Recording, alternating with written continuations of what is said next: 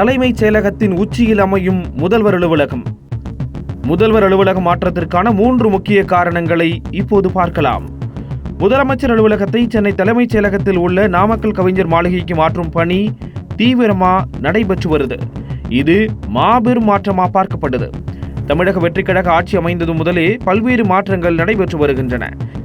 அந்த வகையில முதல்வர் அலுவலகம் இடமாற உள்ளது. தற்போது புனித சென்ட் ஜார்ஜ் கோட்டையில முதல்வர் அலுவலகம் செயல்பட்டு வருது. காலை 10 மணிக்கு ஒரு முதல்வர் மாலை 5 மணி வரை அரசு ஊழியரை போல பணி செஞ்சுட்டு வராரு.